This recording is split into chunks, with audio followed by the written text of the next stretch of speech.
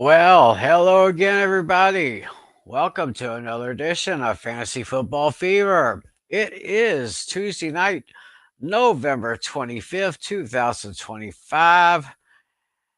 We are just 2 days away from my favorite holiday, Thanksgiving. This is my favorite week of the NFL season, Thanksgiving week, when the playoff races starting in their big run, and it just gets so exciting. The NFL playoff races really begin. The college football rivalry matchups this weekend, my favorite time of year. Hopefully, y'all will have a great time. Of course, my name's Tim McClellan. This, of course, is my league commissioner, John Natali. How you doing? Yeah, doing great. Yeah, like you said, yeah, this is the best time of the year for football. Fantastic holiday. Yeah, Yeah, gonna get feast on some turkey while watching the game, spending time with friends and family, the whole 9 yards. a whole nine. Now, Mr. John Flynn, the host of Hooked on Sports, he's going to be joining us here in a little while because he's keeping up with I think it's Dancing with the Stars. Hmm. I think he watches that show, and he's a big fan, of course, of The Bachelor and The Bachelorette. So, but he'll be joining us a little bit later. So, well, I guess since okay, well, I'm gonna have to. Y'all just excuse me a little bit. He's not quite on right yet. So technically, right now, I'm at the controls, but I'm going to have to call up the screen here so we can do our fantasy report. And, well, I guess it's obvious while I get the screen ready.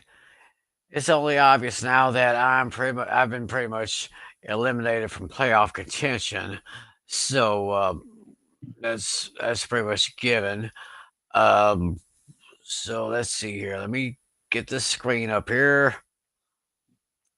If my laptop will cooperate with me.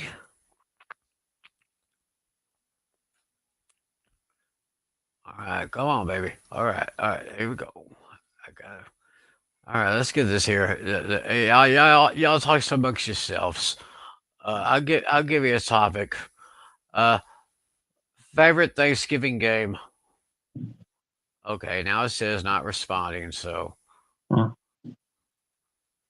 of course, if y'all been watching this program for the last couple of years or so, of course, I've mentioned my favorite Thanksgiving game was 1994, Cowboys versus Packers.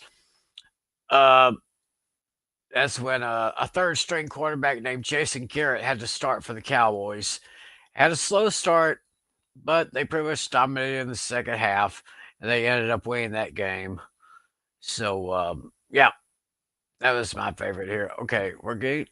Okay, why? Okay, she's not cooperating. All Hmm. right, we're trying to get to the scoreboard here.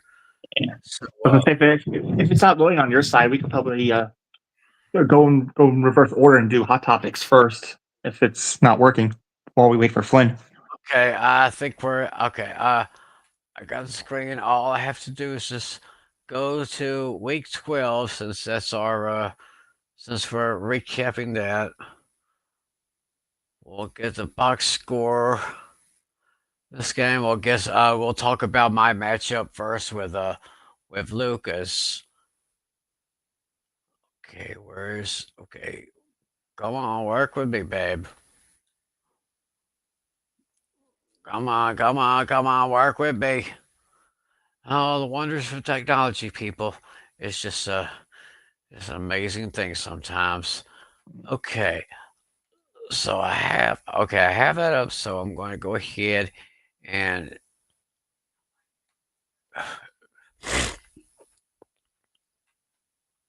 okay, we'll go ahead and hit the button, share the screen, and it should be coming up anytime now. Oh my goodness. There we There. go. Okay, let me go ahead and switch this down. So in this first matchup here, it was Lucas with a very decisive victory over me by a score of 180-14 to 136-36. And looking at the starters, looks like Jahmyr Gibbs just went off Oh with yeah. 55.4 huge fantasy points. Then James Cook with 21.9. Then we got 16.7 from Puka Nakua Matata. DK Metcalf had 15.4. Ted McMillan, what a great rookie year he's having so far. He went 12.5. Harrison Mavis, the Rams kicker, got 13. He got 10 from the Bill defense special teams, 17-14 from Trevor Lawrence. I tried to find someone that I think I should have, see if I could try to make a trade somewhere with someone because I didn't feel too good about DeAndre Swift going up against Pittsburgh. And as you can see, he only got me 1.99 points here. I got 17-16 from Jared Goff. CeeDee Lamb, 11.5. I got 24-1 from Rasheed Rice. Blake Cashman got me 16. Got 20 from defensive special teams. But this is where I kind of paid the price here. If you can take a look here, I was too scared to put Dak Prescott as my starter this week. Mm. Yeah, that's my only excuse. And he, of course, went off for 27.06 points.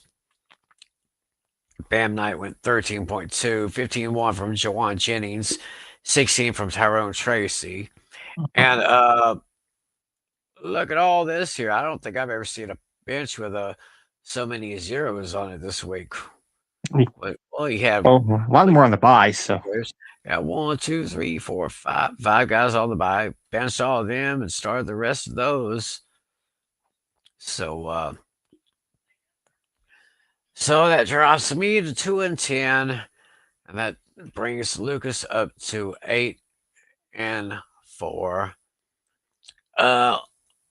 Tell you what, let's talk about your matchup with Alex here. You took this matchup by a score of 135-74 to 126-22. Let's take a look at your starters. Looks like you did well. It went back to your players. And a little glitch there. Oh, really? Yeah, it shows the faces of my players, but the names of your players. There's a little glitch. Yeah, see, the faces are my players, but the words are your players. Really? Mm-hmm. Yeah. Yeah, see, that does not look like Jared Goff. That does not look like DeAndre Swift. You know something? I think you're right. Maybe I'll have to refresh this page here. Oh my goodness. It's acting up on me. It's acting up on me again. Yeah. Bertha needs to retire. Yeah. The only problem is I need to find a good machine I can go ahead and use it. So that way I can go ahead and formally retire Bertha. Oh yeah. So we're back to this one here. Okay, now back to your matchup. Yeah. Let's see if the faces match the names. There we go. The faces match the names now. There you go. Okay, so you'll take it from me. Something's wrong with my throat. I don't know why, but so let's see here. 24.8 big points from Ashton Genty. You got Brees Hall with 13.9. 31.6 from Wan'Dale Robinson. 11 points from Roquan Swift. 22 from the Rams.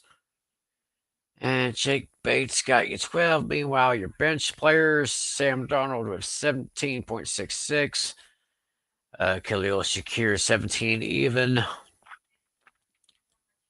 And you got 2 players on the IR, Marvin Harrison and Trey Benson. Meanwhile, What about Alex got 22.92 from Matthew Stafford, 14.7 from Bijan Robinson, 12.1 from Javante Williams, 11.5 from Brock Bowers, 20.6 from Travis Etienne, and 18 from Andy Barbagallis.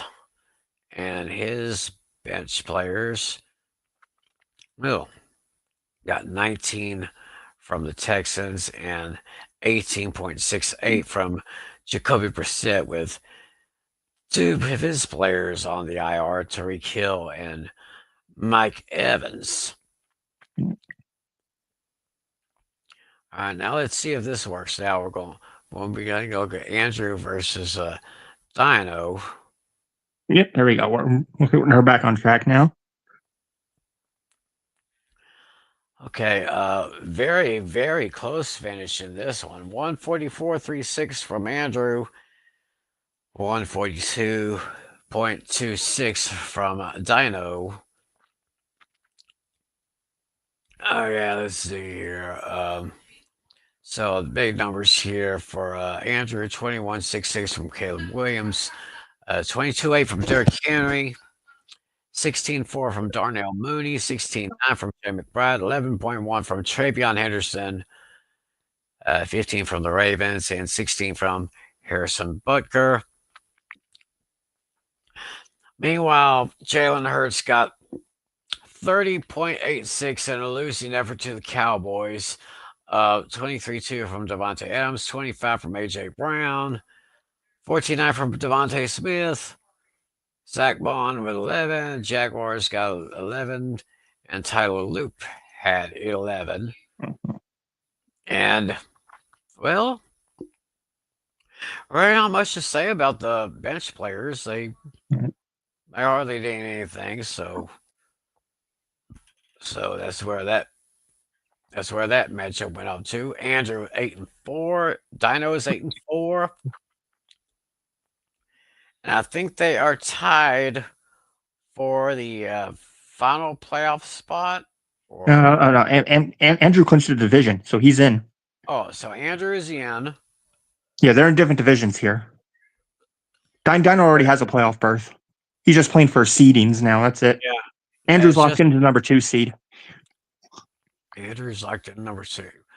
Okay, now let's have this matchup between Casey and David here.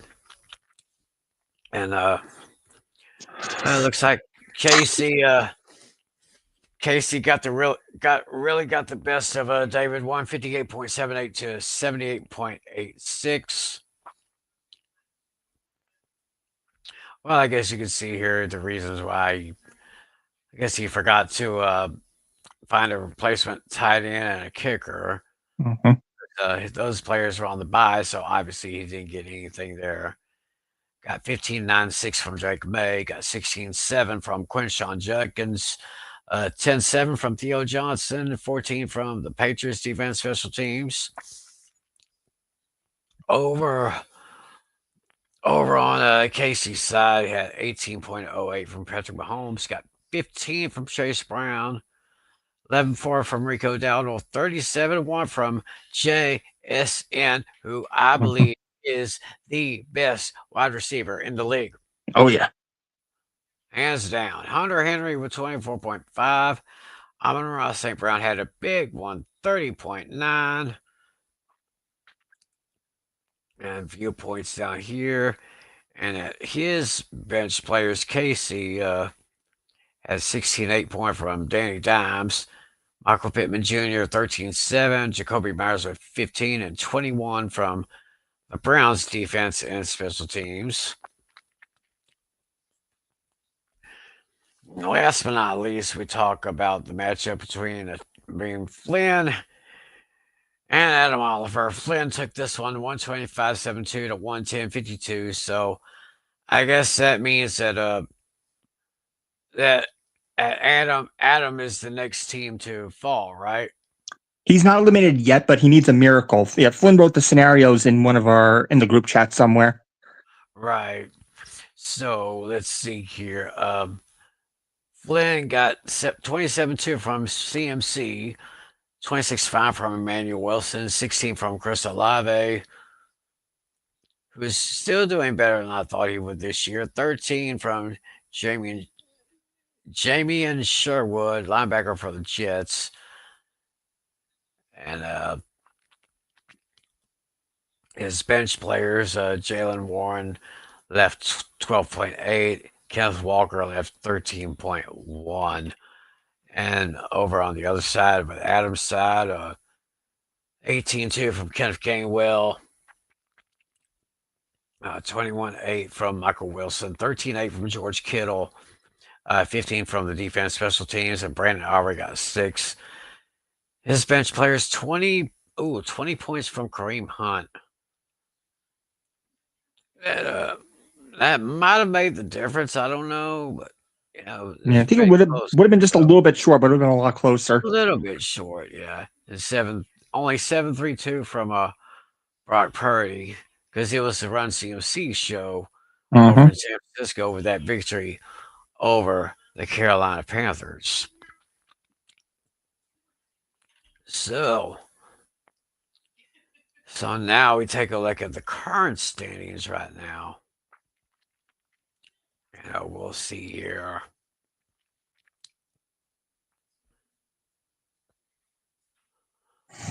Okay, so we see all these X's and these Y's here. X is clinched playoffs, Y is clinched division. So yep, that's right. Andrew did win his division. I hear he's got an 8-4 record. As we say hello to our good friend, Mr. John Flynn. How are we doing, everybody? How's it going? Not too bad. Not too bad. Well, other than something with my voice not being normal, other than that, I'm okay. So we were just recapping last week's action, taking a look at the current standings right now. Saw that Andrew has clinched the Beavis division. And we see over on the Butthead division, we got Flynn, Lucas, and Dino each having a shot at a spot in the playoffs. Meanwhile, I have the dreaded E, which means I've been eliminated from playoff contention. So the only good thing I can do for the rest of the year is play spoiler to someone, I guess. So right now, if our playoffs started this week, which actually will get started, I want to say 2 weeks from now. There's two games left of the season here. That's right. This week and next week, there's a final 2 regular season games for us. So still, we'll have Flynn at number 1. We'll have Andrew at number 2. Lucas at 3. Dino at 4. Shelly at 5. And we'll have Casey at 6.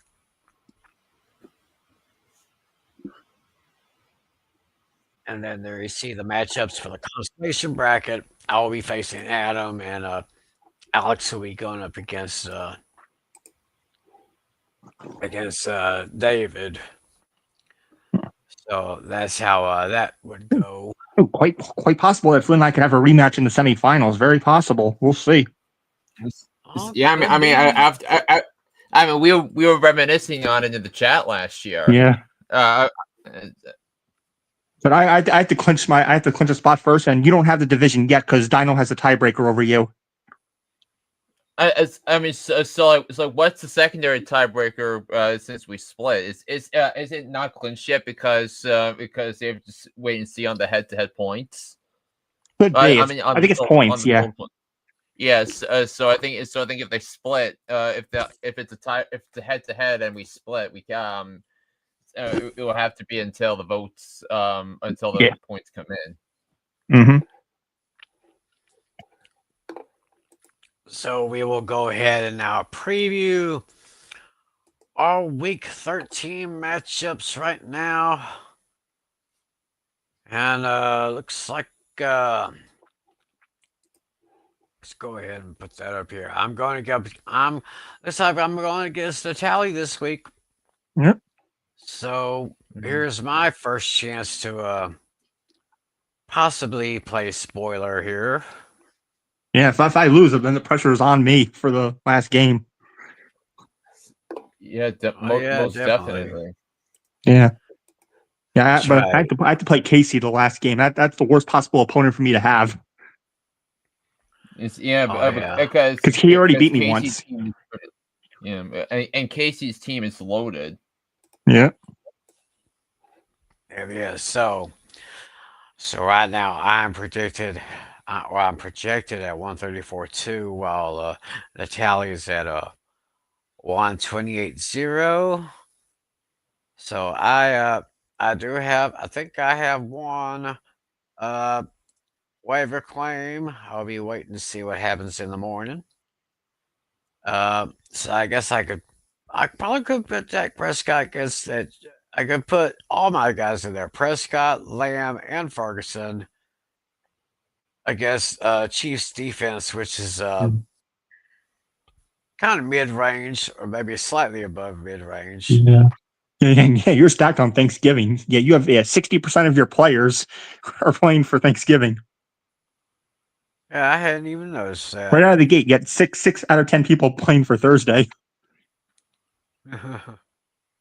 Yeah. I did, and I didn't even plan it that way. Yeah. I mean, it's just how it goes here. Mm-hmm. So, So yeah, yeah, you'll definitely have a very early lead going into Thursday. I'll only have 2 people playing as of right now. yes, I'm still debating on a couple of players. yeah. So let's see. Let's see our bench players here. So, keep your eye on this one here. Yep. Looks like the practice window has opened according to head coach Jim Harbaugh. Yeah, I mean, That's- if you get him Orion Hampton back for the playoffs, that would be a huge boost. Mm-hmm. Yeah, Yeah, I intend to start. I intend on starting him if he plays. yeah, He's probably not going to play because remember it's a 21 day window, so he's got 3 weeks yeah, before they have to put him on season ending IR. So Mhm. yeah. So here Jared Goff is projected at 15.9. Meanwhile, Dak is projected at 19.4. So that's pretty much my. He's at Goff has averaged 17.4, and Prescott has averaged 20.1. So yeah, pretty much almost all my guys will be playing on Thursday. Mm-hmm. Let's go to Flynn's matchup with David here. Flynn right now is projected at 151.4 to 112.1. Flynn did win the previous matchup back in week 5 when it was 150.98 to 101.52. And it looks like the only good thing for David is his quarterback, Drake May. Meanwhile, as you can see, all the check marks, the rest of the check marks are over on Flynn's side of the board. yeah, and even the quarterback, it's only like a 1 point difference. Right. Oh yeah, yeah. Action Jackson is projected at 21.3, 22.4 for Drake May. Looking down at the bench players here, it's got empty space here. Yeah, I would not put Terry McLaurin against that Bronco defense. It depends on if he's playing or not. Well, I'd say regardless. I mean, Denver's defense probably be a little bit too tough for those commander receivers, I guess. Let's see here. He's got Well, you Joe do make a Burrow. point. Well, yeah, because that defense has pretty been holding up the Broncos for the better part of the season. So Yeah, and Washington doesn't have J.D. Daniels in yet. After injury. yeah, they're still going with Who are they still going with right now? Mariota. Let's see, Mariota. Marcus Mariota, right? So still going to have him in there for at least another week until Daniels gets healthy. We're now looking at Adam versus Alex. Um, actually meeting for the first time this season because they haven't met before. So, and Andrew 141.8, 1266 for Putnam here. Looking at the starters, the majority of the check marks, of course, over in Andrew's favor. Yeah. So, although we can say that Adams has Putnam has Jalen Waddle still left on his bench after the Dolphins bye week. Same thing. It's with that as well. So so he's got and he really had a tough go last week because Jalen Waddle was off and Drake London was out, so he was a mess at wide receiver last week. Yeah, it was terrible. And he's got Waddle projected at 14.4, so I would go ahead and plug him in against that Saints team. And let's see, 17. Caleb Williams against the Eagles. I'm kind of a little bit on the fence on that one. Yeah, they have the defense, but of course that defense gave up all those 24 points on Sunday against my Cowboys. Still trying to comprehend how all that happened. So that's where the bench players are for that particular matchup. Then we'll see Lucas against Adam here. Right now, there's the projections for that matchup: 141.4 for Lucas, 126.1 for Oliver, and check marks over on Lucas's favor. Do they have any players?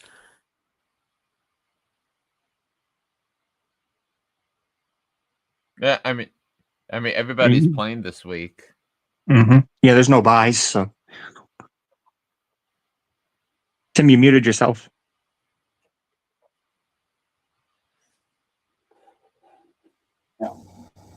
There we go. I'd say put on Purdy because the Browns are garbage. And maybe over on this side, Justin Herbert against Las Vegas. Yeah. Yeah, how's Lucas? I'd plug him in. So that's what they have there. And last one here, Dino against Casey. Oh my God, look at this preliminary projection right now. Only 0.3 of a point separate these two guys. Take a look at the check marks. Almost just limit slightly in Dino's favor. Jacobs and Smith is questionable, but I think they should be okay to start this week. Looking down at the bench players, Daniel Jones projected 72 to go up against the Houston defense, which has been pretty solid all through the season. Matthew Golden, Romeo Dobbs against Detroit. I'm kind of thumbs down on Golden and Dobbs. Kind of slightly down a little bit. Kamara against the Dolphins, maybe. But I guess that's pretty much it. And I guess that's pretty much the way we are right now as we go into the last week of our fantasy season. So now we haven't let's see here. We got some got some people want to say hello here. Daniel Berry, our good friend, happy Tuesday. How you doing? And well, Stoneman is checking in with us. Our good friend Brian Snow checking in. And of course, we have our buddy Vampire Luke. Ooh, Yeah. 10-0 has become 10-2, losing the number one seed. Oh my goodness. oh no. How did that happen? Oh boy. Lost number one seed in a couple of weeks. Said JSN justifying that Jeff grade I gave him. Yeah.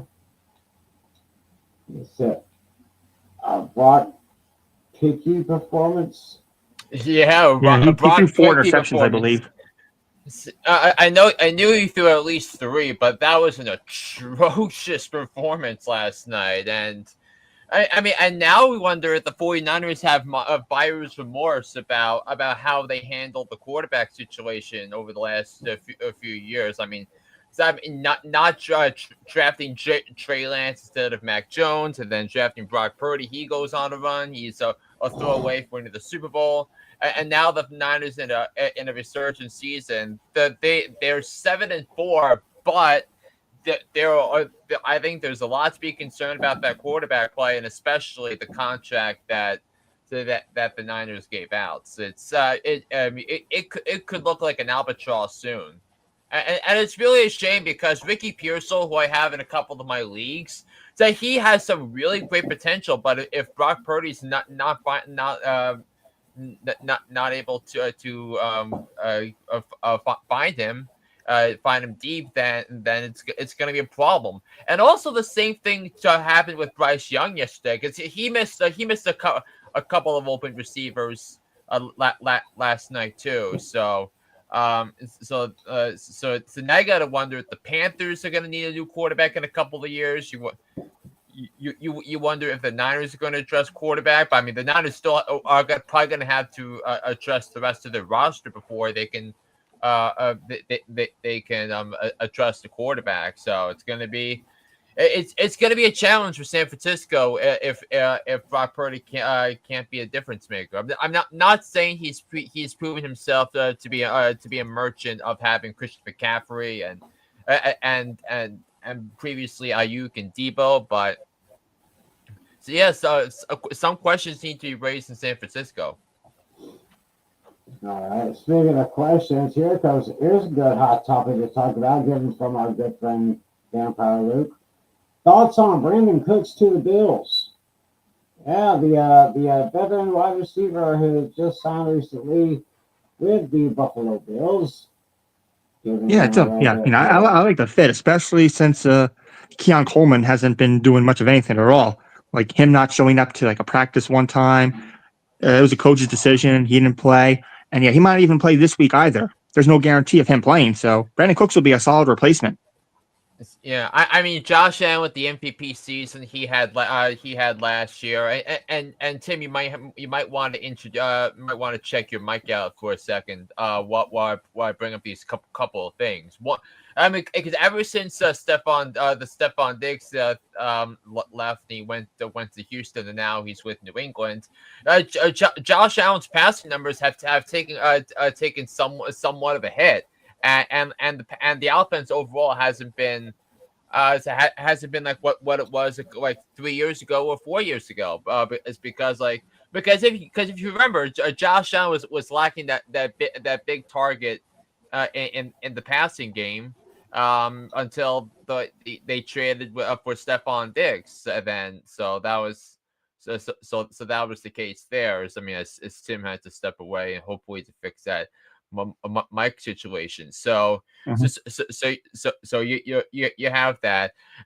How we talked about some of the insane fantasy performances that went down over the weekend. I mean, Jahmyr Gibbs going off was crazy. Jackson Smith and Jigba had a couple of touchdowns, 167 yards receiving. So he was incredible. Yeah, I mean, there was a lot of good and there was a lot of bad this week, Natalie. Oh yeah, absolutely.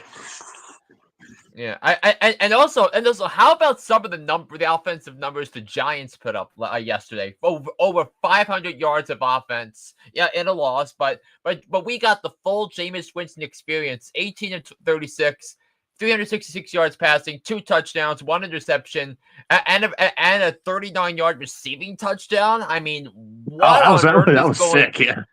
I mean, it's safe to say I did not see that coming. I mean, my cat was dialing up a bag of tricks Yeah. on Sunday. Yeah, Like yeah, who are who are the divas out there dancing their way to the end zone? It was incredible. Yeah, the Yeah, talent on the offense is there. Just the defense needs a lot of work.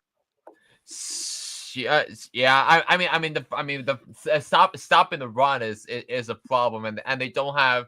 And I think it's a crazy. I mean, the PFF run defense grades I saw from the Giants this week were just ugly. Oh yeah. I want to you- get your guys. I want to get your guys' opinion on the Sunday game where the Eagles were ahead 21-0, and then the unthinkable happened. I mean, I'm still trying to process this. The Cowboys scored 24 unanswered points to win at the last second. Oh my God, that was another one of those games that gave me a heart attack. And as soon as Brandon Aubrey hit the uprights, the game was over. And once again, I felt like this. Hallelujah! Holy shit! Where's the Tylenol?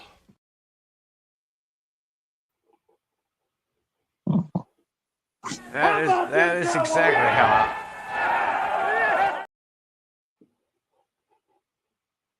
Oh yeah. Oh yeah, yeah. I forgot about that. So let me hear your thoughts. I mean, was it what impressed y'all most? The rise of the Cowboys or the fall of the Eagles? There are like a couple of different layers to that. One, the Dallas defense. They get Overshawn back. They make the trade. Make the trades at the deadline. They get key pieces back on defense. And what do you know?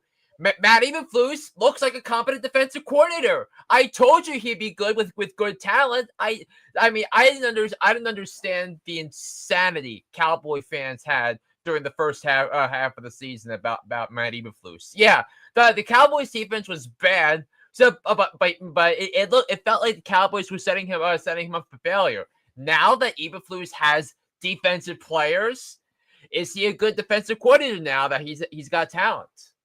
Right?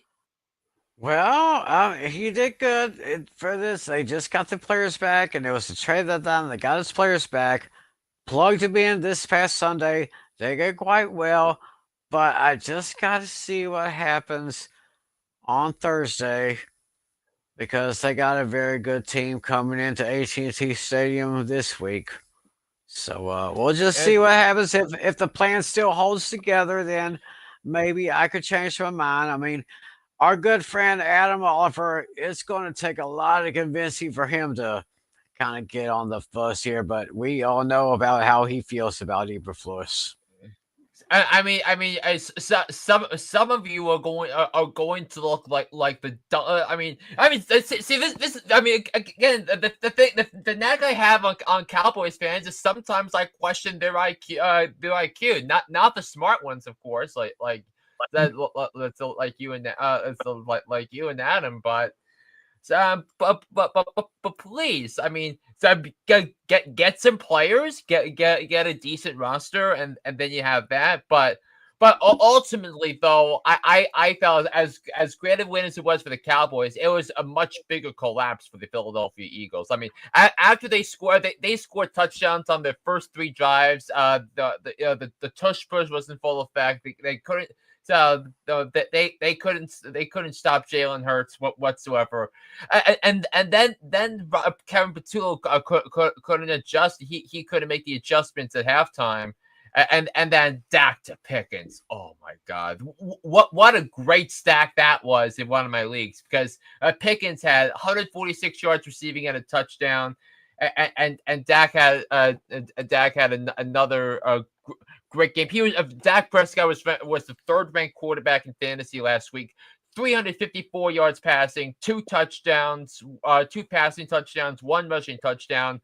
So yeah, I could not believe Dak Prescott went as low as he did, but I mean in most drafts, but I have him in 2 of my leagues, and I'm in playoff position in those leagues. So what do you think, Natalie? Was it more about the Cowboys or more about the Eagles? I think maybe a little bit of a combination of both. I mean, I think slowly but surely, the Cowboys are getting back into the swing of things. I mean, if their players stay healthy, then they might have a legitimate shot of catching up, although it seems unlikely. But this Eagles loss, I think, shows that they're not the team that they once were last season, and I think they will be exposed when it comes to the postseason. I could see several teams knocking them out of contention should they play each other. Like I could see the Lions knocking them out. I could see the Rams knocking them out. I could even see the Seahawks knocking them out.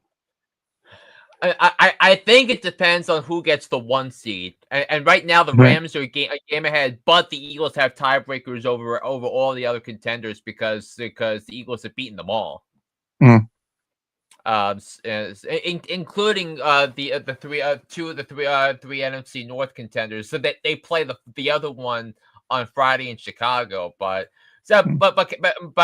every big comeback, most of the big comebacks of that type usually have a muffed punt, and that happened. As soon as that muffed punt happened, I said, "There's no way Dallas is losing this game." They wound up missing on 4th and goal on that set of downs, but I knew the Eagles flunked the eye test, and I just wonder if I have to recalibrate everything I thought about the Philadelphia Eagles. Because I was ready to come on here and say Eagles are the best team in the NFC. They had a tough spot against a suddenly improved Dallas roster. So they're up 21-0. Make a statement, kick gas, take names early, set the tone, and then they just gave it away. It's a terrible loss by the Philadelphia Eagles. So I like what Vampire Luke says here. Any day the Eagles humiliate themselves is a good day. Just a shame it came at a Dallas benefit. And he said we had this comment here from Luke. TBF to the anti-Eberflus Dallas fans. This is the guy who ran a quarterback spy on a Hail Mary for Chicago against Washington last year. And make this statement here. The Eagles aren't as fraudulent as they were in the 2023 season, but they are still in that discussion. Mm-hmm. So could the Eagles be total frauds? Unlike 2023, they have a competent defensive coordinator in Vic Fangio. So, and the Eagles were playing one of the best offenses in football. So, I think I know how it's going to go again for the Eagles against the Chicago Bears, who are 8-3 and are in first place in their division. So you got that. Some other notable fantasy performers last week. Emmanuel Wilson. I told everyone to pick him up in fantasy. He played a big difference in my victory over Adam. He gave me 26.5 points. In that one, Christian McCaffrey 27.2, Jahmyr Gibbs 55.4 with his ridiculous performance. And hey, Ashton Jeanty had a good day. I wasn't expecting that against the Browns, but he had 8 catches for 58 yards and a touchdown, which kind of was the reason that he scored that high. Derrick Henry 2 touchdowns. James Cook 116 yards rushing and a tutty. I think James Cook had the second most rushing yards in the league last week. So Dylan Sampson and Quinshon Judkins, each of the 2 Browns running backs, they each put up at least 16 PPR points. Kenneth Gainwell 18.2. Those are the big results from running backs. Wide receivers. So Jackson Smith and Jigba and Wan'Dale Robinson with 9 catches, 158 yards, and 3 touchdowns. So Yeah. I mean, and also I did send another trade proposal to Mr. Natali here regarding Wan'Dale Robinson. Yeah, I don't know. I'm really on the fence. I mean, he's on a tear, but then when I look at the playoff, like 15, 16, and 17, it's also favorable for Olave. So I'm really torn. I'm considering countering with Mbuka, but I don't think you want him. No, he's actually going to be my sit of the week this week because Baker Mayfield's hurt. Yeah. And I think the Bucks are fried without him. So, but also the thing about the thing with the Unitally is that you haven't clinched playoffs yet, and you got to get to the playoffs before you get there. So that's why I threw out that trade proposal, because as long as I win, I should win this week. I'll have nothing to play for until week 16. So it's because they get the first round bye, and we did have 2 trades in our league today, and I pushed them right away. I put them through instantly, so that they're already good to go. Yeah. So I traded Jaylen Warren, who you gave me in the Jordan Addison trade. I traded Jaylen Warren to David for Troy Franklin. So because I feel pretty happy with what I have at running back, and now I just wanted some receiver depth because I thought I was going to be concerned about that. And then another trade between Andrew and Dino. It's involving a defensive player.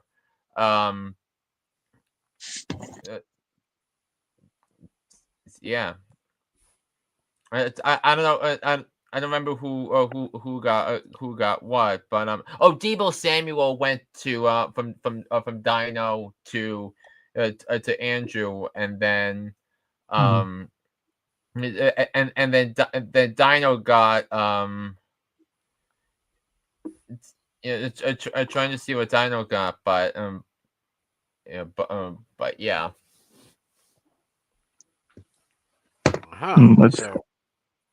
And I'm very close on this side. I'm thinking about approving it right on the air here. I'm tempted because I like the favorableness of the playoffs should I get there. That's the thing. But then yet again, right. Wan'Dale Robinson's on a tear. You got to get there first. Yeah. But do I feel like I'm going to get there? That's the thing. And because I feel like I will make it, I'm accepting the trade. Oh, there you go, people. I'm doing it. I just got to enter the password here, and then I will accept.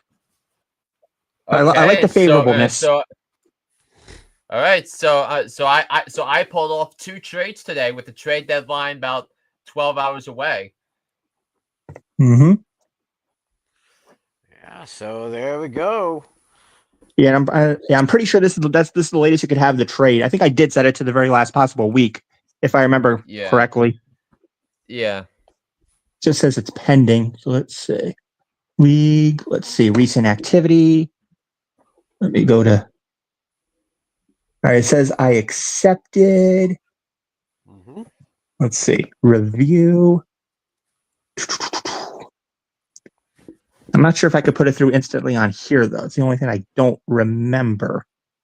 Let me see if it's updated here. Let's see. Oh, wait. Submit. Oh, uphold. Okay. The trade has been upheld. So the roster should be updated right away. Okay. Let's see if it is. Yeah, it shows I have Olave. Yes. Yes. Natali has Olave, and Flynn has Robinson. Yep. All right. It's official. We got it here on the ESPN Fantasy app right here. Yep.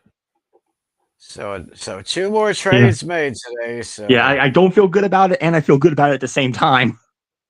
Yeah, and I've come in a position where I don't have anything, where I can, where you desperately need the win. So, Because I do like the favorability. Should I hold on and make the playoffs? Because the 15, 16, and 17, the Saints have Carolina, the Jets, and the Titans, who are all been god awful. Well, yeah. maybe the Panthers haven't been that bad, but the other two, yeah. Yeah. And, Oh, and yeah, also definitely. and also Wandale's got assuming I win the division, Washington, which wouldn't matter for me, but then Minnesota and the Raiders. 16 Yeah, so and it's kind of a 17. draw here. Yeah. Yeah. But I guess technically I won the Addison trade because you already got rid of Warren. So I mean, in a way, I kind of won that one. But also I think but in a way that allowed me to get something I needed for the playoffs. So Yeah. Right. So there we go. One more trade made here. Yeah, that's more than likely the last trade for the season. yeah. Yeah, because there's, as you said, there's less than 12 hours left. So Yeah, I'm just curious. I don't think I could change anything. I don't intend to, unless you guys absolutely want me to push it back. But I don't think I can. Yeah, I don't think you can. No. I think you're already locked in. So Yeah, and can we all so while we continue, can we also talk about like the tight end performances from fantasy while we're doing that? So Hunter Henry last week against the Jets, 7 catches, 115 yards, and a touchdown. Trey McBride, 9 catches, 79 yards. Colston Loveland, 4 catches, 49 yards, and a touchdown. Brenton Strange is back from IR, 5 catches for 93 yards. So Brenton Strange is someone who I would consider picking up on the waiver wire.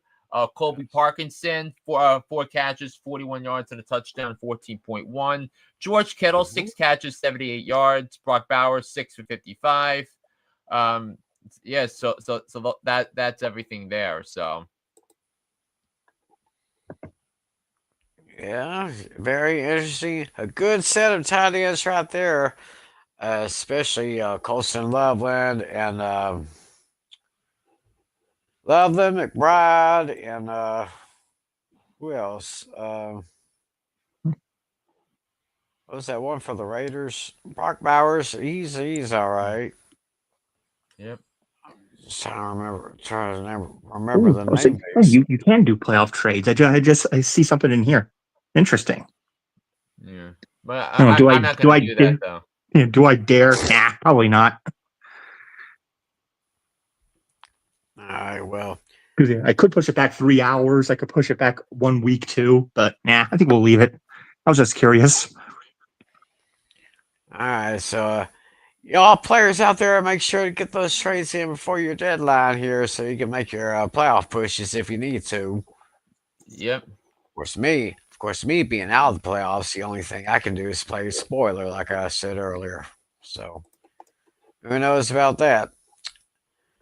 All right, it is my favorite part of the show. Well, actually, my second favorite part of the show, because my favorite part is when we make our NFL picks. But now it's trivia time, Mm-hmm. and I think Natalia said he had a question. I know Flynn has a question, and I have a question which is Thanksgiving related. So, who wants to pitch their question first? Yeah, I guess I Yeah. could do mine since I already have my notes here. Oh, never mind. Right, go ahead. Let's see. Who leads the NFL in receptions this season? Okay. Who leads the NFL in receptions this season? I think I have an idea. I think I do too. All right. I guess I'll do mine next. Yeah, as I told Tim earlier while we were waiting for Flynn, it's about the Giants who made history in the worst possible way. I mean, assuming Flynn didn't see a graphic, he might know this one too potentially. The Giants became the first team in NFL history with to lose 5 games on the road when they lead by 10 points or more. So with that being said, who did the Giants leap over in that category? There are 3 different teams that did it. I just need one of you guys to name one of those 3 teams. Those 3 teams did it 4 times in a single season. I know one of them, so there's that. So it's teams that That has had 4 losses on the road by 10 points or more in a single season. So where they led by 10 points on the or more on the road, and then eventually lost. And then they lost. Yeah, I saw this. I saw a graphic on my news feed, so I figured I would just use that. Okay, I think I've got one of those teams. Okay. And now my question, which is Thanksgiving related, and it's kind of a did you know thing. Did you know that the Chiefs and the Cowboys, who are going to be playing this Thanksgiving, they played against each other at the old Texas Stadium in Dallas back in 1995, 30 years ago? The Chiefs played the Cowboys in Dallas on Thanksgiving. The final score was Cowboys 24, Kansas City Chiefs 12. Can you remember the 2 head coaches from that game? I mean, I know the Cowboys won. Just trying to make sure I remember who the Chiefs coach was. I think I have an idea on that as well. So, All right. And I'll be here for another 15 minutes more, and then I have to sign off. So do you have starts and sits this week? I do not. Yeah, I don't either. All right, here we go then. So here are my starts and sits for week 13 of the NFL. So as I alluded to earlier, my sit of the week is Emeka Egbuka, the wide receiver for the Tampa Bay Buccaneers, and it has been a lousy last few weeks for the Tampa Bay Buccaneers with their inability to run the ball without Bucky Irving, and now after the 5-1 start, they've created all the way to a record of 6-5, I believe that their record is now, and now Baker Mayfield has an AC joint sprain, and remember some of the Bucs wins earlier this season came on last minute heroics. So I don't think this could be a real possibility that the Tampa Bay Buccaneers miss the playoffs. So as a result, Emeka Egbuka, and yeah, he is playing a not so great defense, but in the Cardinals, so who have been torn up recently by Brock Purdy and Trevor Lawrence. So, but if the quarterback play is going to be diminished, so will the play of the Tampa Bay Buccaneers. My fantasy sleeper of week 13 in the NFL. I am going to I'm gonna go to I'm gonna go tight end here. And I'm gonna go. I'm gonna go with Colston Loveland because this could be this might be a game where Caleb Williams might have to throw the ball 35 times if the Eagles are trailing. I'm not if they're trailing against the Eagles because the Bears won't be able to stop. I don't think they'll be able to stop the run. And stop Saquon Barkley. I think that's going to be where with Philly, especially with Philly coming off a loss, they want to get back into the win column. So I think Colston Loveland is going to be in line for like 8, 9, 10 targets, and I think and I wouldn't sleep him on that. And then my start of the week, I'm going to go with Jalen Hurts of the Philadelphia Eagles. I mean, so as I just alluded to, the Bears' run defense is atrocious, and the Bears are 8-3. They're winning games, but if you watch the games, I don't think the Bears are as good as the record indicates. So it is going to be a tough challenge for the Bears going forward. I mean, the Bears have the Eagles, they got the 49ers, they got Green Bay twice, they got Cleveland, and they got Detroit. So it's going to be tough getting to 10, 11 wins, but I think I don't like the matchup for the Bears here against Philly, which means make sure Jalen Hurts is in your line, because Jalen Hurts has been a little up and down, but I think he got some confidence back after his starting after his first half performance on over the weekend against the Dallas Cowboys. All right. So, for all of you who have taken notes on that, something to think about as we go into the next week of fantasy action. And so, I guess right now we can go ahead and go to yes, we can go ahead and get to our football action for this week, which of course starts on Thanksgiving Day. And we start the 3-course meal on Thanksgiving Day. The first course will, of course, be a big NFC North matchup. Green Bay Packers at Ford Field to take on the Detroit Lions, and the Detroit Lions are at home as 2.5-point favorites. Yeah, this one was a close one for me. I was kind of going back and forth here. Both of these teams are having a solid season. I'm looking for a slugfest here. I think we're going to have a pretty high-scoring game to start off Thanksgiving. Both teams are going to score in the 30s. There's going to be a lot of lead changes. I'm seeing a game-winning field goal at the very last second by Jake Bates, giving the Lions a victory of 33-30. I can see that. I mean, yeah, I can see that happening. It's going to be a slugfest. Going to be an aerial shootout right here. And I got the same kind of result. Almost have the exact same score as Natalie does. I'm taking Detroit by a score of 30-27. I'm picking the Packers to win. I don't love this Lions defense. I mean, they got shredded by Jameis Winston of the Giants, and then they were held to just 9 points against the competent Eagles defense. Well, the Packers have a competent offense and a competent defense. So I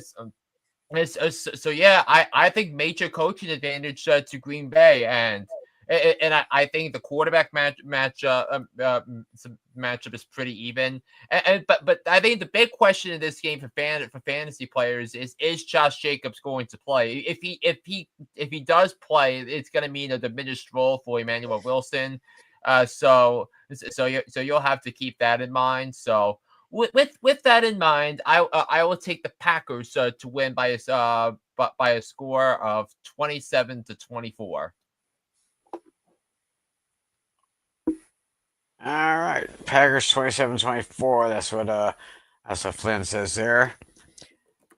Next matchup is my game. Kansas City Chiefs and the Dallas Cowboys, the two teams who at one point in their history actually played in the same city. They, of course, had the Dallas Cowboys and the Dallas Texans from 1960 to 1963.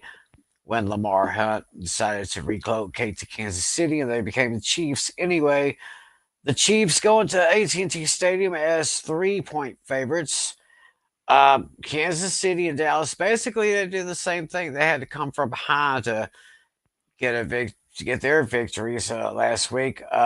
Yes, that defense with those guys coming back from injury, with the guys that got from the trade deadline, they started looking pretty good. That Kansas City defense is a little bit suspect. So if I had to give a fantasy start, I would start maybe Dak Prescott, maybe start George Pickens. I don't really want to touch CeeDee Lamb, because last week he had 3 drop passes. And they were all surefire passes once. They usually catches all the time, every time. But those 3 passes, they kind of a concern to me. So, but I'm feeling confident it's going to be a last-second field goal, just like last week. I got Cowboys 33, Chiefs 30 in a very crucial game. Yeah, I'm actually with you on this one, Tim. This one is going to be another high-scoring slugfest. I mean, I'll give the Chiefs credit for making that comeback against the Colts. I mean, they're gonna try to do the same thing with Dallas, but in the end, they're gonna get too cocky. They're gonna get a little overconfident. In the end, the Cowboys are gonna get a game-winning touchdown, and they'll win this game 30-26. I'm with you guys. I'm taking the Dallas Cowboys to win. I think Dallas is playing much better defensively than they did, and look, yeah, give the Chiefs credit for how they came back against the Colts, but man, were there some calls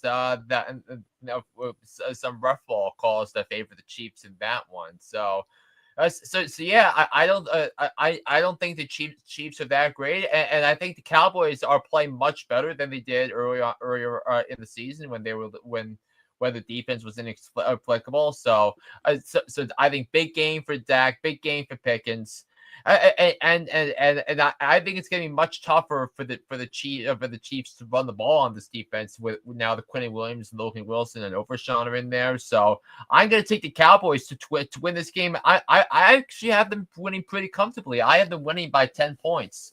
27-17. Give me the Cowboys to beat the Chiefs. And let's hear from Mr. Parcells and Jerry Jones. You ever dance with the devil in the pale moonlight? What? Because I've danced with the devil, the financial devil, and lived to tell about it.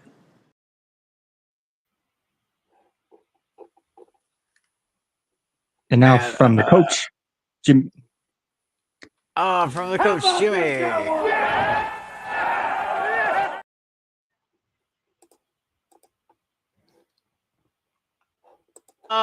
But I think there's one more thing I want before we move on. I want me some glory hole.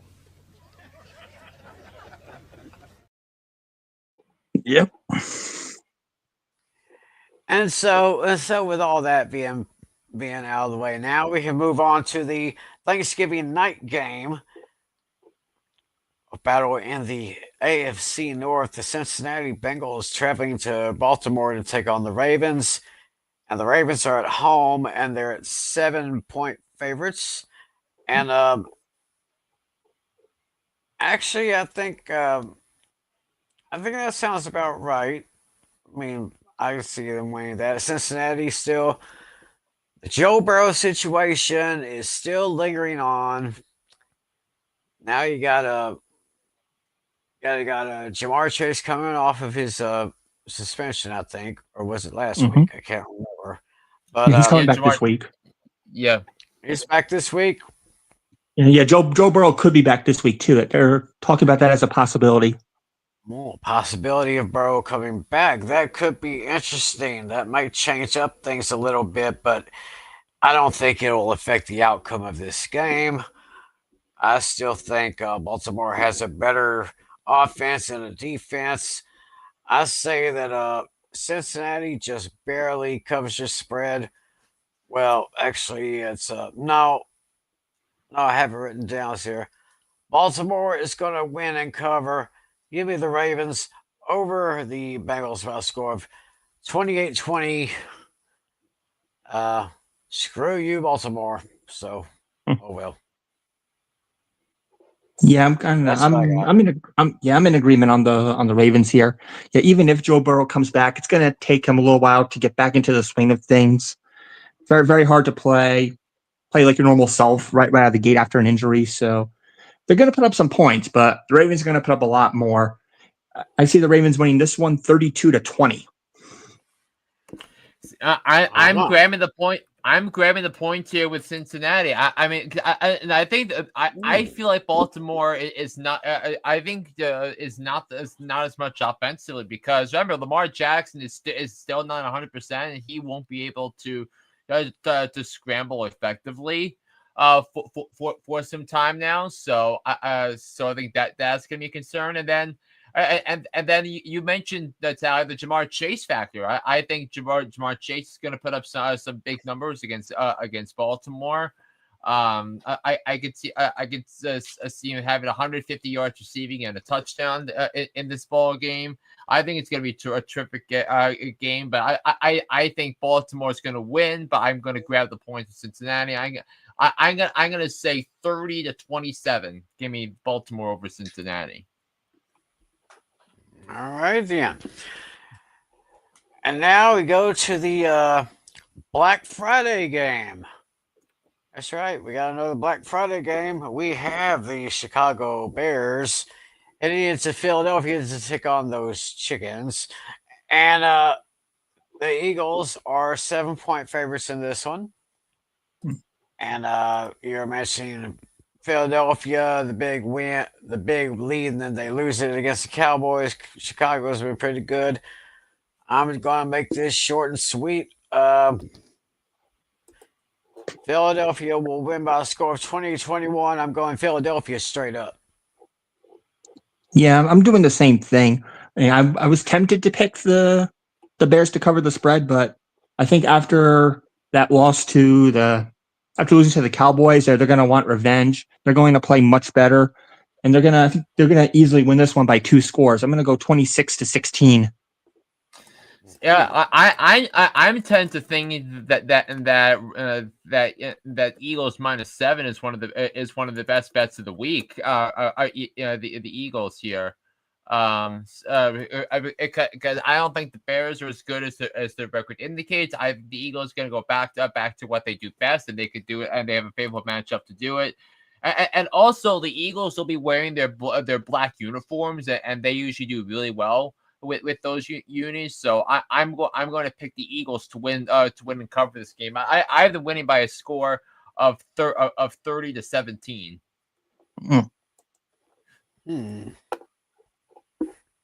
All righty then. Well, that takes care of Thanksgiving. That takes care of Black Friday. Now we go to the Sunday matchups.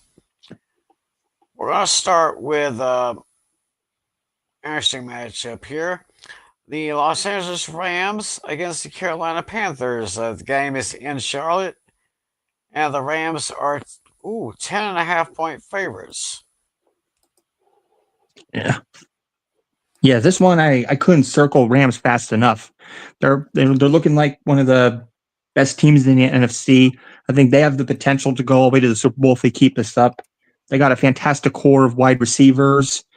I think McMillan on the other side, he's having a decent rookie season, but the Rams team is just too good. Yeah, look at what that defense did last week. Whew. They put up huge fantasy numbers. They got a couple of interceptions. They got a pick 6, and that led to a touchdown. I think a lot, and then they sacked the quarterback a few times. The Rams are going to do this same exact thing. They're going to win this one easily, 31-16, and this is my lock of the week. Oh, give me a second. Give me a second.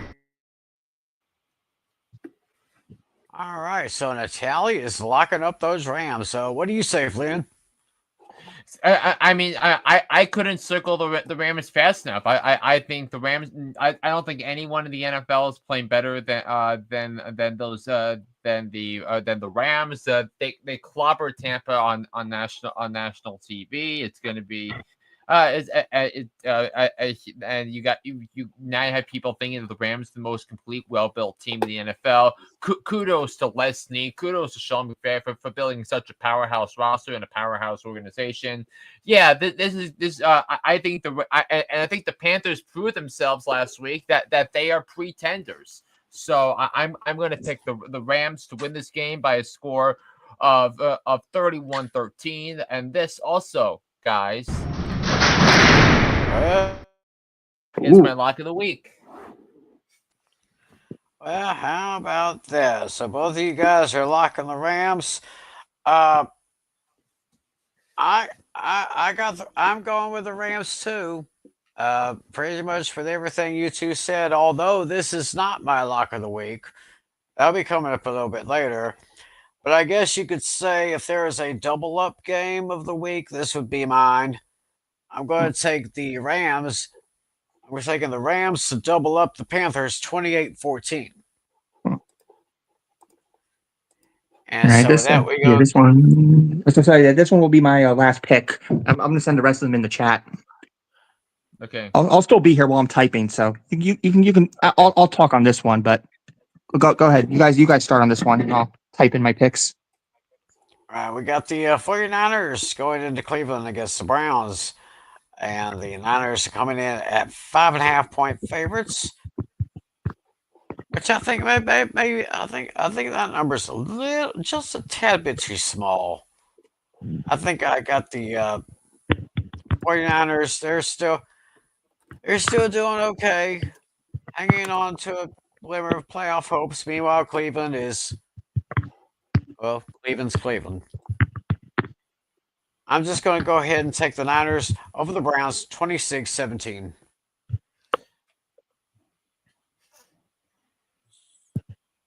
Yeah, my score is going to be 49ers 27-20. Yeah, I think this is going to be the lowest scoring game in the week. I don't know about Brock Purdy and the level of play he's at. And then you have the Browns, so who gave up just 10 points last week. So I think if you have the Browns defense, make sure you start them. I think this is a good matchup for you. I don't like how the 49ers played last week despite the win. So I think it's going to be an ugly one. I'm going to pick the 49ers to win this game 16-9. And that, my friend, what is that? Garbage game. Garbage. It's the garbage game of the week.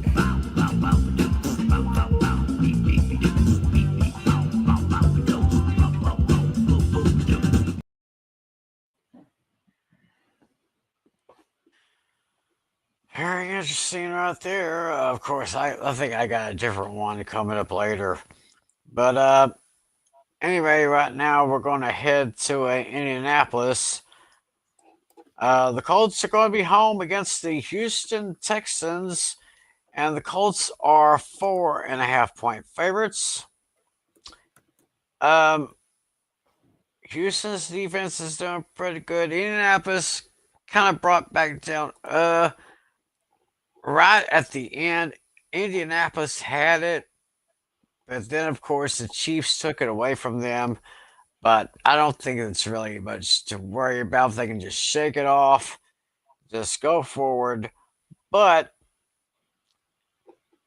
I'm barely taking Houston with the points here because of that defense here. Actually, this is my point spread game of the week. I'm taking 24-21. I'm taking the Colts with the win, but I'm barely taking the Texans with the points.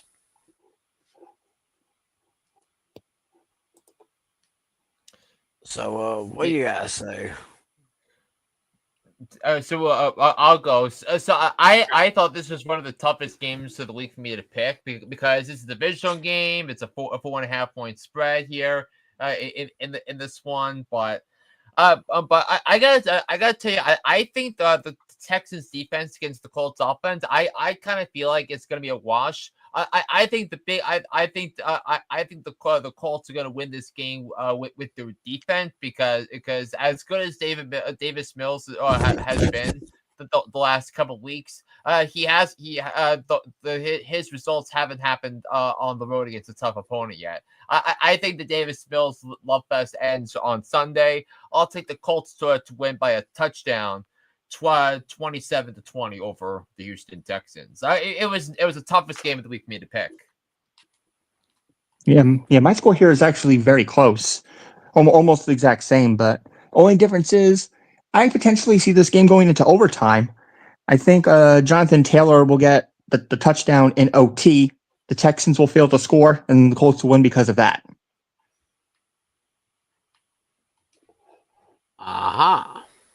Yeah. All right. Well, I got to step out. I have work early in the morning. You guys okay with doing some trivia before I leave? Yeah. Let's do that. Yeah, we can go ahead and answer the question. So it was okay. So who leads the NFL in interceptions this season? Yeah, my guess for this one is going to be Jackson Smith-Njigba of the Seattle Seahawks. That is exactly who I thought of. So you're going with Jackson Smith and Jigba, right? Yep. Ah, So the answer is Christian McCaffrey. oh shoot! I was considering him right at the very last second. Damn. So Run CMC has more receptions. Hmm. Very interesting. It's Jackson Smith and Jigba, Puka Nakua, and Trey McBride are tied for second with 80. So we were that close. Yeah, we're but close. but Christian McCaffrey has more. Hmm. I guess. All right. Here, Tim, let's do yours next. Okay. My question is about the Cowboys and the Chiefs meeting on Thanksgiving at Texas Stadium back in 1995, where the Cowboys won that game by a score of 24-12. The question is, who were the two head coaches in that game?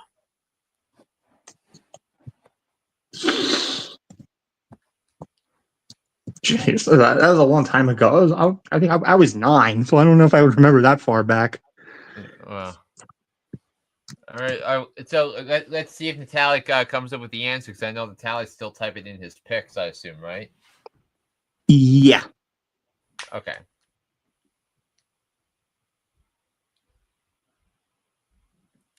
It says, yeah. I mean, because I think I know them. So Okay, yeah, my picks are there. okay. All right. Yeah, we got him. So I can't think of their names. I mean, yeah, I don't really keep track of coaches' names. That's the only problem. yeah. But go ahead, Flynn. I'll let you take it from here. All right, so I know for the Cowboys, it's Barry Switzer, right? Because he took over after Jimmy Johnson left. And then the Chiefs, I believe it was still Marty Schottenheimer. So Natalie really couldn't come up with an answer. Flynn's going with Barry Switzer and Marty Schottenheimer.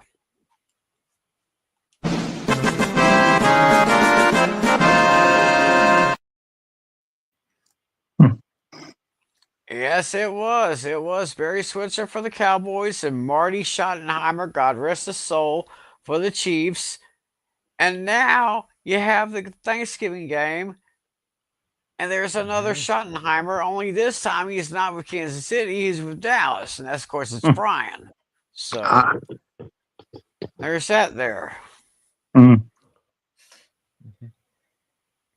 So did we All right, yeah, just me left. Yeah, I mean, yeah, this question strictly comes off a random photographic that I saw in my newsfeed.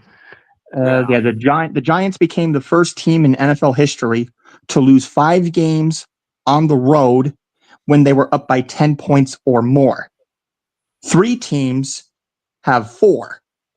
Name one of those 3 teams. Well, So yeah, basically the Giants leapfrogged over 3 different teams to have 5 losses by 10 points or more. I would imagine one of them would be my Cowboys. Okay, you're going with the Cowboys. All right, Flynn, what do you think one of those 3 teams are? The Patriots. Okay. All right, well, I'm gonna start at the back. In 1990, that was done by the New York Jets. In 1998, it was done by the Indianapolis Colts. All right, now moment of truth. Peyton Manning's rookie year that year. Yep. All right, moment of truth. One of you is correct. The year was 2009, and this was done by the New England Patriots. Yay. Oh boy. So Flynn got both trivia questions correct.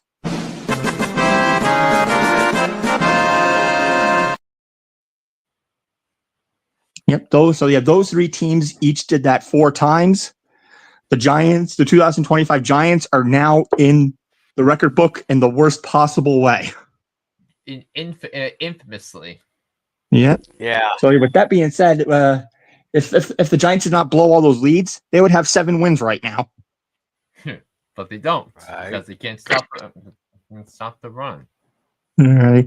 I have time to do one more game, and then I gotta head out. All right, let's do it. All right, the let's Saints? go to the Saints and the Dolphins. From Hard Rock Stadium, Miami is 5.5-point favorites. Well, you got these teams here that's been kind of having bad seasons. Not too terribly bad.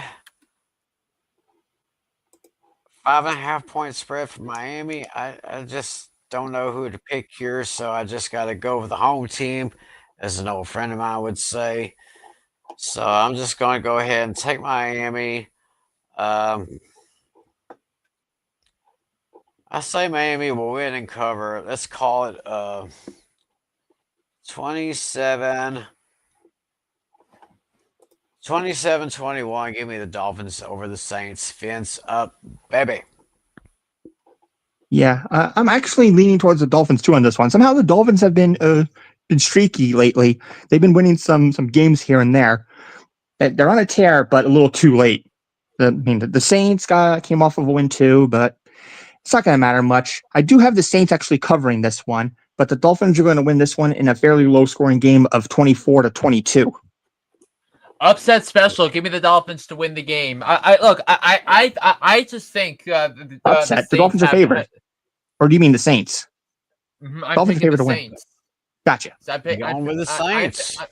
I'm picking the Saints to win. I'll put it up, but look, the Dolphins have no pass rush, and Tyler Shuck's best performance came against a team with no pass rush in the Carolina Panthers, and the Saints actually did a good job of containing Bijan Robinson despite the loss to Atlanta on Sunday. So. I think the team that runs the ball better, I think it's gonna be the Saints. So with that, whether it's Devin Neal, who's probably gonna be starting over Alvin Kamara because Kamara's hurt, I just think that's gonna be the thing. So make sure that you pick up Devin Neal in fantasy this week, and I think the Saints will wind up winning this game by a score of 23-20. So yeah, upset special.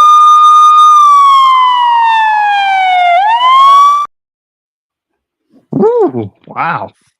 Yeah, I wouldn't be surprised. Yeah, I have the Saints covering, but yeah, wow. Ooh, kinky.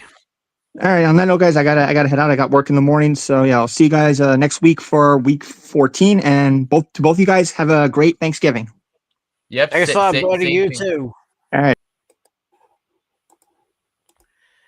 And so me and Flynn will carry on with the next game. It's the Atlanta Falcons and the New York Jets.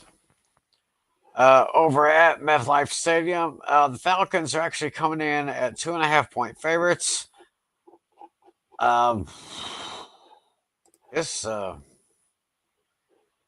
is another game where I can't really pick a winner, so I'll just have to go with a team with a better coach and. But which one has a better coach? I know, right? Obviously, because I mean, you go with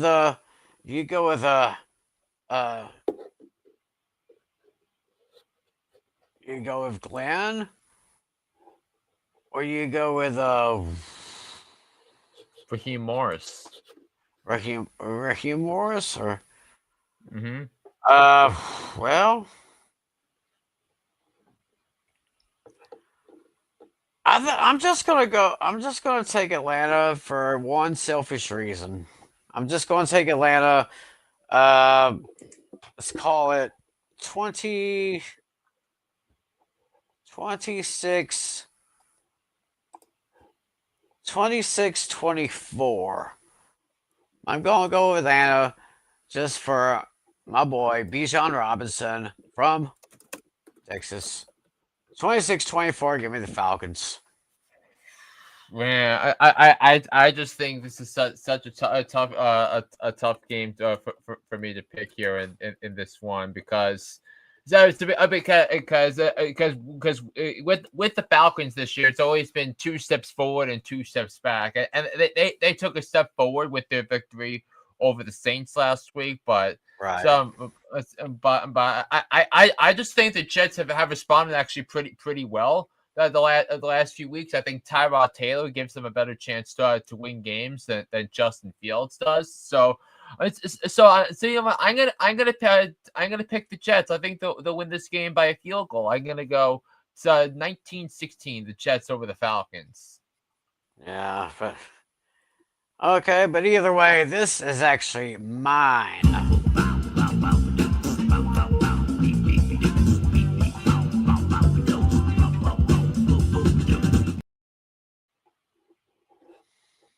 I wouldn't want to touch this one if I was even paid to, so I wouldn't really do that.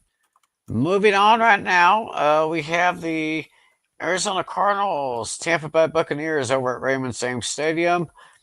Buccaneers are 3-point favorites, and I think earlier you mentioned not recommending to start Emeka Egbuka. I probably wouldn't. Of course, Chris Godwin still having injury problems. Mike Evans, they've had problems. Bucky Irving, he's had problems. But I don't see that many problems with Arizona. Actually, that's what I think I'm going to do. I'm going to go take Arizona, and I can see Trey McBride get maybe 2 touchdowns. So I'm going to take Arizona over Tampa Bay. Give me a score 27 to 23. Yeah, 27-23. I'm taking Arizona to win and cover. I'm reluctantly going to pick the Tampa Bay Buccaneers, and I said what I said about Emeka Egbuka and all of that, but you know what the Cardinals are? They're just they're just a bad team, and bad teams find ways to lose games, and the way the Cardinals have lost games said that this year has come on the theater of the absolute absurd. This season. So because that loss to Tennessee was brutal. The way they lost to Seattle, both times, you're thinking about the game against the game they lost in overtime to the Jaguars. That was brutal in and on itself. So yeah, I'm gonna pick the Bucs to win this game by a score of 20-16. I think Teddy Bridgewater makes just enough plays to win this one. Well, alrighty then. Let's see. Where was that chat here? Where he? Okay. He said, "Oh, Falcons over Jets 21-18. That's what Natalie said, and that's his garbage game of the week. We ain't gonna play that again." He says, "We just talked about Arizona, Tampa Bay." Did he? I don't think he mentioned anything about that because I only see the remaining games here. No,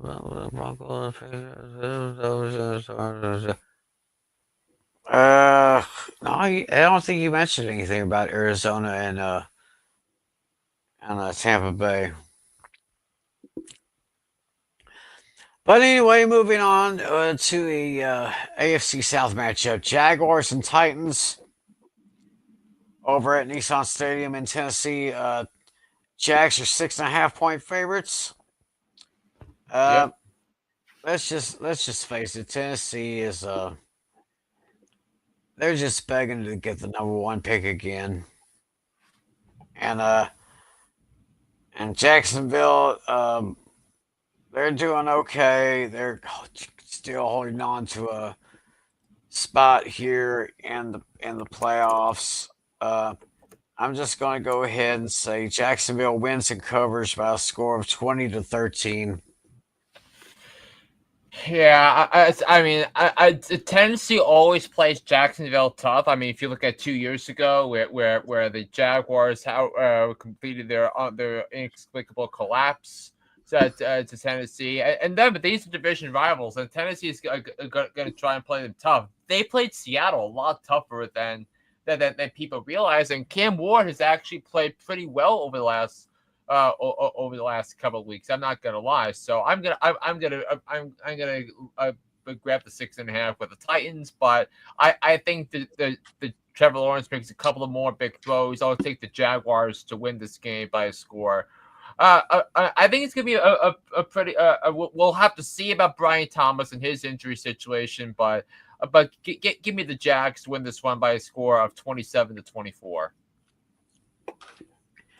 And I think Natalie said the Jags will win by a score of 27-17. So that's what he says about that one. Meanwhile, we go to Seattle. The Seahawks are hosting the Vikings. And Seattle is 10.5-point favorites. And yeah, I have to agree. I don't think J.J. McCarthy is just ain't quite ready, or may not be the future that Minnesota was really looking for. Meanwhile, Sam Darnold has just revived his career in Seattle after he had a great year with Minnesota. And this, of course, is his revenge game, I guess. I'm going to say Seattle wins and covers this one quite well. Give me the Seahawks over the Vikings by a score of 30-19. Oh.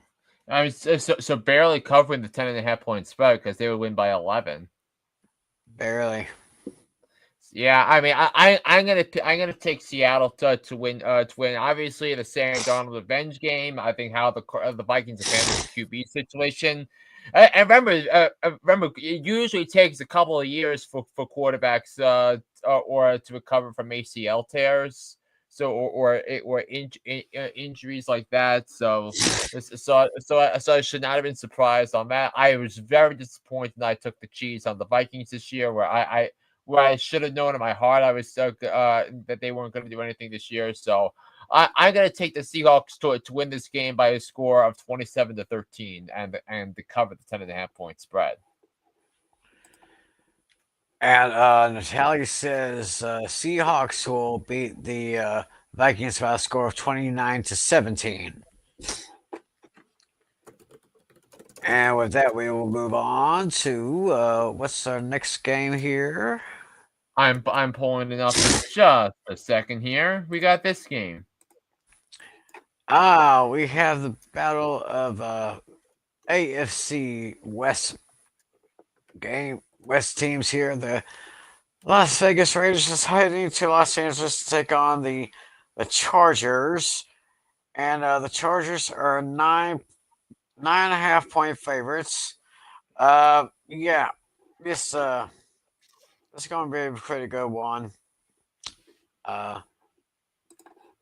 As we mentioned earlier, Omarion Hampton's got the 21-day window to practice and kind of get himself back into the lineup. Las Vegas is just a mess. Even though they do have some talent, they do have Ashton Jeanty. Of course, he was pretty much silenced last week against the Cowboys. I got Brock Bowers, one of the best young tight ends in the league. Well, he hasn't really been doing good this year. But I just had to circle the Chargers immediately. Justin Herbert and those guys, they're still good, doing great. I think they're still holding on to it like a mid seed in the AFC playoffs. I'm just going to go ahead and take the Chargers over the Raiders by a score of 28-13. And guess what? This is your lock of the week, huh? I'm locking the Chargers. I mean, I could see how you're doing it because based on how dreadful of how dreadful that was, but I am a little concerned though about the Chargers based upon what happened a couple of weeks ago against the Jaguars, and they only scored 6 points against them. They had nothing going in the running game. The tackles. Not having the tackles plays a role here, so I'm going to grab the points of the Raiders. I don't see much of this one. This was my second leading candidate for garbage game, but I'm going to take the Chargers to win by a score of 17-13. Uh-huh. And Natalie is saying he's taking the Chargers by a score of 25-13. So that's how that goes out now. Next we're going to a good one here. Buffalo Bills and the Pittsburgh Steelers. In Pittsburgh, Buffalo is 3.5-point favorites in this one. Flynn, let me hear your take first.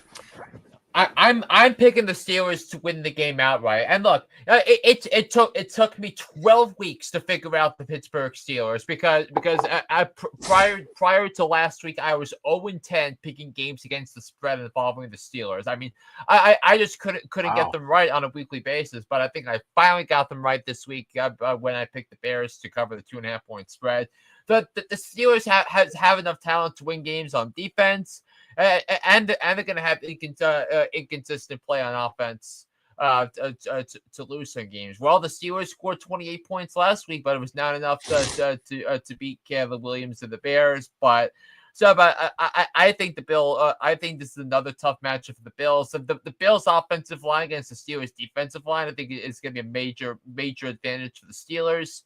So when you have Highsmith and T.J. Watt in there, who by the way surpassed his brother J.J. Watt on the sacks list with J.J. Watt on the call on CBS, so that was a cool full circle moment.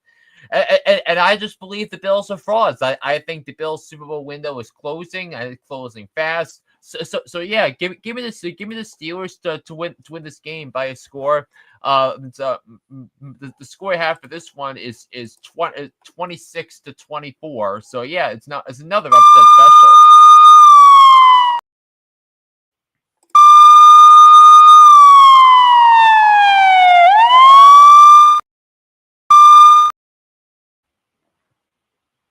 And that second one is for me as well. Because everything that you just said, it took you 12 weeks to figure out the Steelers. Well, it's taken me 12 weeks to figure out the Bills. And like you just said, the Bills are frauds.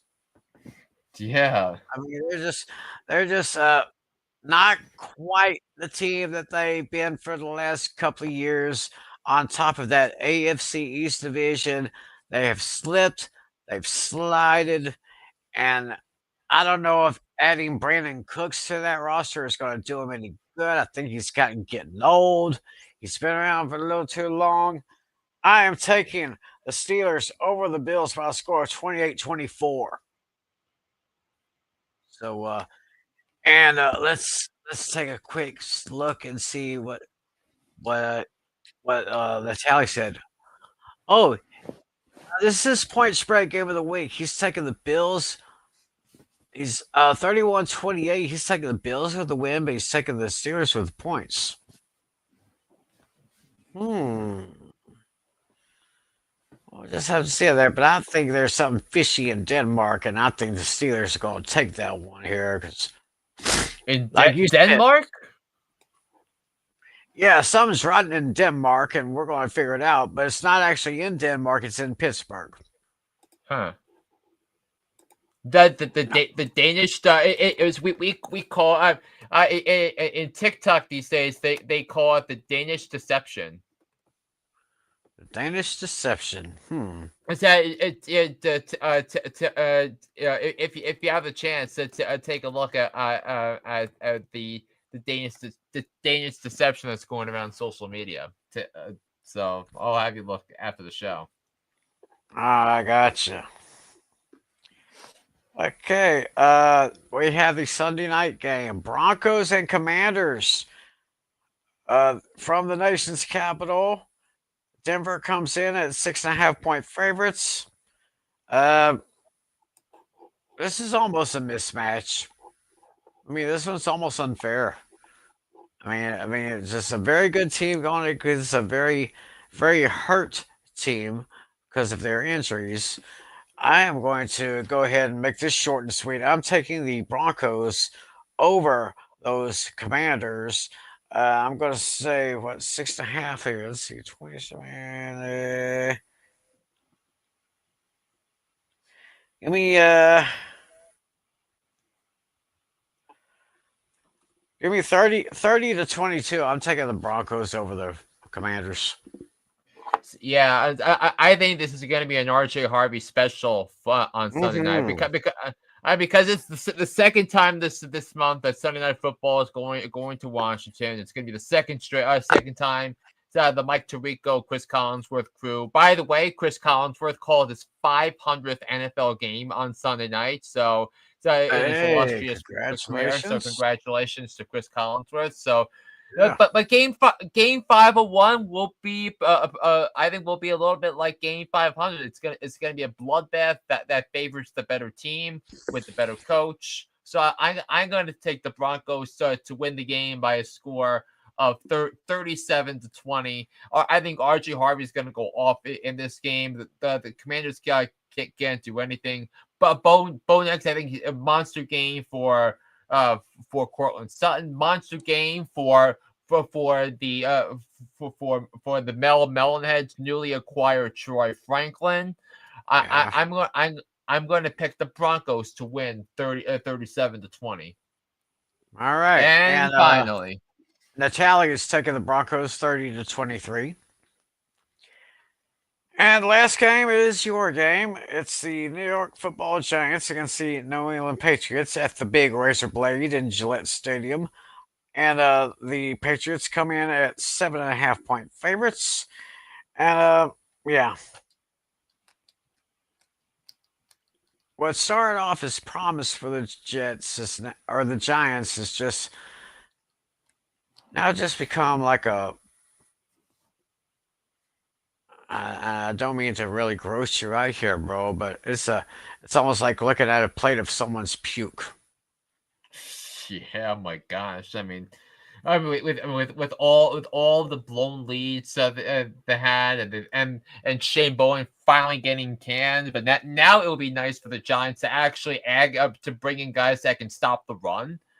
For once, because for 7 of the last 8 years, the Giants have ranked in the bottom 8 in the NFL in rush defense, and they just refuse to address that problem, and it's been killing the Giants for so many years.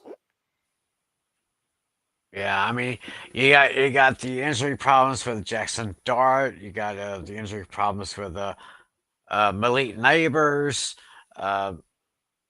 Now, Malik Neighbors was a receiver I was high on this year, but it looks like he's gone down to that one. So, yeah, I'm going to take the Patriots over the Giants 31-23. Yeah. And the tally says 31-22 Patriots. Oh, he almost had the same scores I do. Yeah, I'm actually I mean this was a tricky one a game to pick against the spread. Now don't get me wrong, I think the Patriots are going to win. But I'm going to grab the points here with the New York Football Giants. So because the Giants have believe it or not, the Giants have lost but covered the spread each of the last 3 weeks. And I don't think this week's going to be any different. The way the Patriots played against Cincinnati, that's not going to cut it in the playoffs. They were too inconsistent on offense, and then you have a Giants offense, and whether it's going to be led by Jackson Dart or led by Jameis Winston, I think that they'll be able to air it out. I think it's going to be a big game for Wanda Robinson, another guy the other guy I acquired in fantasy this week. I will be putting Wando into my starting lineup this week. So I'm excited about that. So with all this in mind, I'm going to take the Patriots to win, but the Giants to cover 27. I can pick them by a score of 31-26. Okay.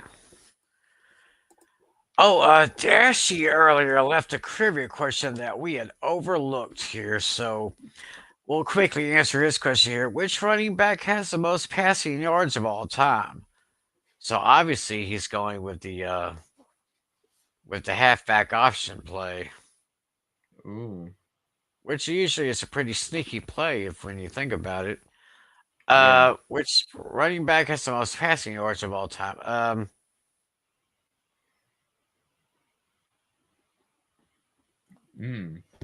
That's- Wow. I'm stumped on this one.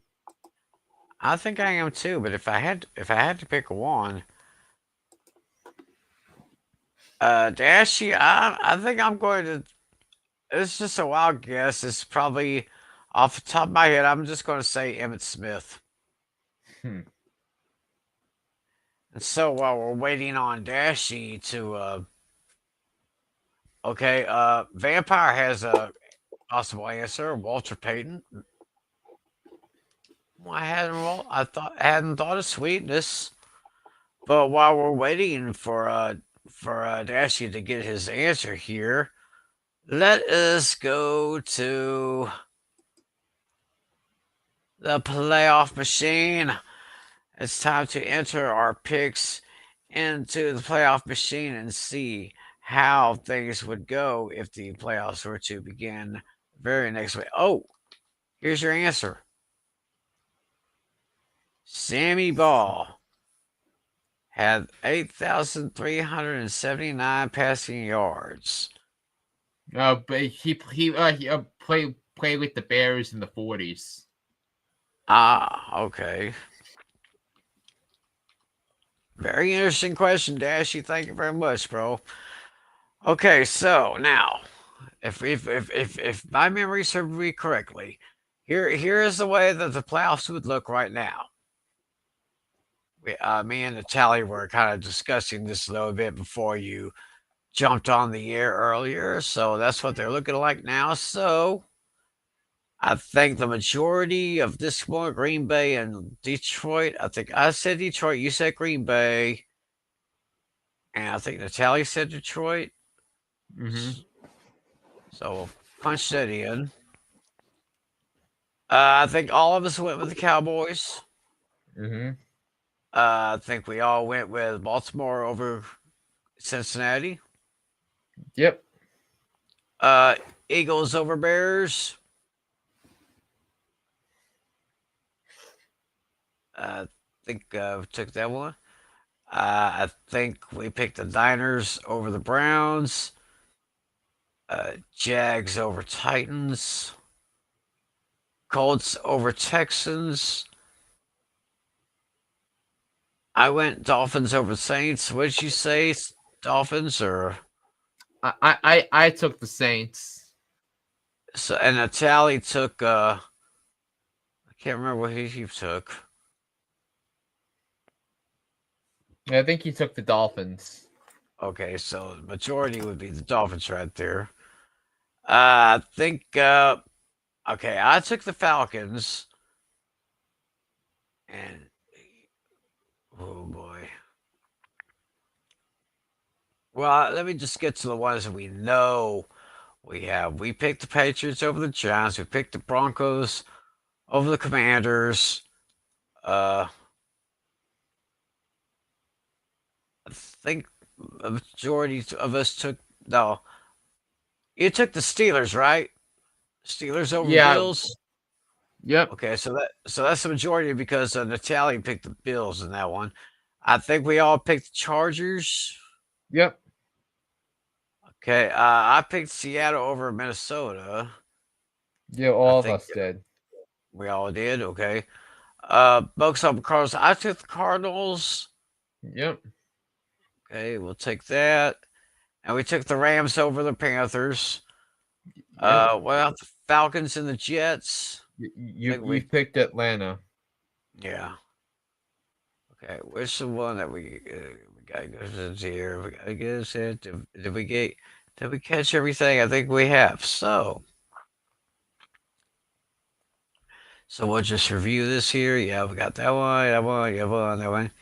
Okay, we got the entries here. Now, if all those teams win, then this is what the playoffs would look like the very next week. We'd still have number one, New England in the AFC. Then you have number 2 seed Denver, which would take on the number 7 seed Pittsburgh. And then you have a number 3 seed Indianapolis, which would take on number 6 seed LA Chargers. Then the 4th seed, the Baltimore Ravens, would take on the number 5 seed, the Jacksonville Jaguars. That's how that would look. Over on the NFC side, you have the Rams at the top seed. Number 2, Philadelphia. They would take on number 7, Chicago. Number 3, Detroit. Over number 6, San Francisco. Then you have number 4, Tampa Bay against number 5, Seattle. So that's how they would shape up if all the picks that we made were correct. But we're getting closer and closer to the NFL playoffs. Of course, we have this week and next week before our fantasy playoffs begin. So that's what oh, what's this here? What did Bercy? Sammy Ball wasn't a running back? Yeah, but also I think the way they play was that there were a lot of halfback throws in the day. I mean, because like those systems were a lot different back then. Okay, I got you there. So that's one of the all-time greats there. So thanks once again to Dashy with his question, and thanks to all you guys for watching us. Oh, by the way, I forgot to mention something. Hey, Dashy. No bye teams this week. In fact, I think we're done with them, are we? No, you have 4 teams on bye week 14. 4 teams on the bye next week. Okay, so we'll take care of those. On our next show this week. Yeah, we'll be back here next Tuesday on the 2nd of December. December coming already. The weather may be colder, but the action's going to get a little bit hotter. So y'all just stick around for that. Of course, don't forget about Hooked on Sports. Natalie released an episode earlier today, or was it late last night? I was just listening to some of it right before going on the air. Yep, this morning I dropped it. Yeah, this morning he dropped it, and he'll be dropping his NFL Hooked on Sports in the next day or so. Don't forget to get him on Apple iTunes, Spotify, TuneIn, and of course on his YouTube channel right there. And of course, I will be back with you guys tomorrow night with Alex and Lucas for the Pain and Game Pick'em show. And I guess that's going to do it for our show. So I guess with that, we'll just go ahead and put a bow on this episode. And I'm going to put something on my throat before I go to bed. So hope y'all sleep a little better. So on behalf of Mr. John Flynn and our good friend John Natelli, my name is Tim McClellan. Thanks for joining us. Enjoy the games. Happy Thanksgiving, everybody. Make it a good one. As always, be a good sport. See y'all, and happy Thanksgiving.